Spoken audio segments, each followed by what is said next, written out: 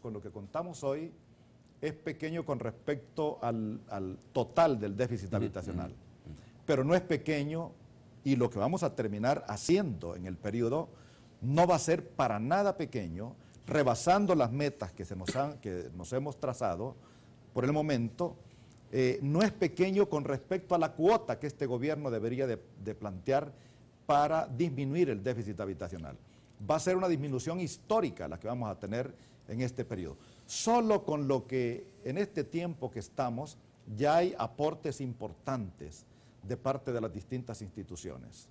Y por supuesto, aquí hay que dejar establecida una ley de vivienda. Hay que crear una ley de vivienda. Y ahora la prioridad entre este 80% que tiene necesidad de vivienda, ¿cuál es? Digo, ¿qué características de familias o qué características cumplen esas familias que es la prioridad de este gobierno en este momento? Bueno, estamos enfocando todos los programas. Estamos enfocándolo con ese criterio que se ha dado como política por parte del gobierno a familias que entran entre cero salarios, bueno, que no tienen ingreso o que tienen un ingreso mínimo menor de 2 salarios mínimos, menor de un salario mínimo, hasta familias que tienen 4 salarios mínimos. A esto está focalizado el programa. Tanto el fondo como Fonavipo como el viceministerio estamos atendiendo familias que están dentro de ese segmento de la población. Y nosotros estamos... ¿Que es un segmento riesgoso o no? Que es un segmento que de cierto nivel para arriba, que yo les doy en llamar pobres con capacidad de pago, ¿verdad? Con una mínima capacidad de pago. ¿Quiénes son esos? Los que van a Fonavipo y los que van al Fondo Social. Los que vienen al viceministerio son familias que no tienen capacidad para pagar ninguna cuota, que lo que pueden hacer es aportar su mano de obra. Entonces, estamos atendiendo a esas familias que están diseminadas. De alguna manera, 3 niveles. 3 niveles. 3 niveles podríamos decir. Un primer nivel, el que atiende el viceministerio. Otro segundo nivel, que anda por ahí por 13,000, el valor de la vivienda, que atiende Fonavipo. Y de 13,000 hacia arriba, el Fondo Social para la Vivienda, hasta 25,500. ¿Este es un sector de extrema urgencia en este momento de ser atendido? Este es un... Dentro de este porcentaje del pastel del 80%, ¿no? Claro, que está por debajo de 2 salarios mínimos. Por supuesto que es un sector que debería tener una prioridad. O sea, porque el enfoque del actual gobierno, se ha dicho, es un enfoque de atender a los más excluidos. ¿Y quiénes son los más excluidos en este caso concreto?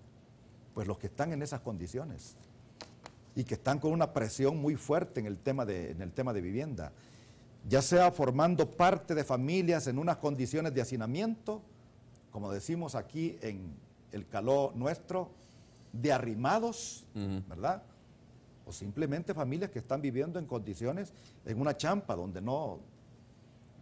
Que también hay un programa que va destinado a ese tipo de familias. Del que no hemos hablado, por ejemplo, de las comunidades solidarias urbanas.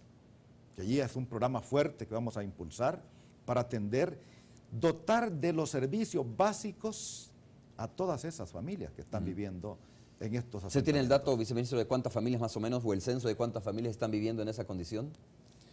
Bueno, hay una... Y además, ¿dónde están ubicadas? ¿No? Porque es importante tener eso.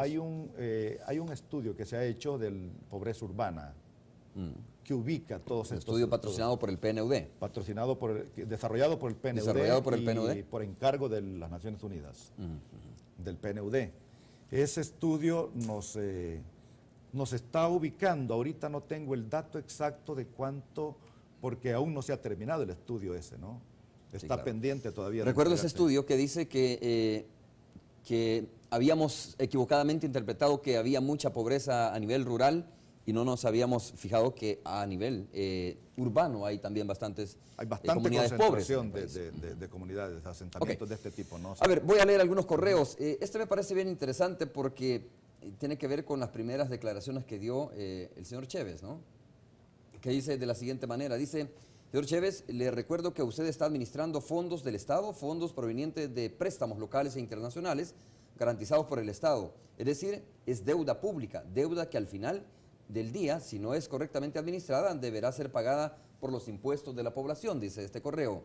no puede hablar de humanizar la vivienda, que yo creo que sí es un error. Se puede hablar de humanizar la vivienda, eso lo estoy agregando yo, ¿no? Porque yo creo que obviamente se puede humanizar una vivienda, o de cambiar políticas de crédito para hacer a más personas sujetas de crédito, dice, sin ser responsable con la población en general, que somos los garantes de esos préstamos. Van a ir a consulta general esos cambios. Dice, Avanza ha dado un visto bueno. ¿Son estos acordes a políticas de créditos internacionalmente aceptables? Dice, señor Chévez, este correo que nos escribe José Portillo esta mañana.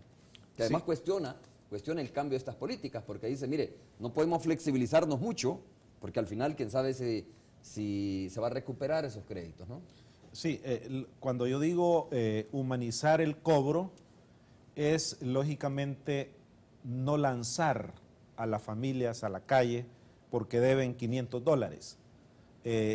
Las políticas que se han modificado van precisamente con el propósito de abrir un poco la brecha para los sectores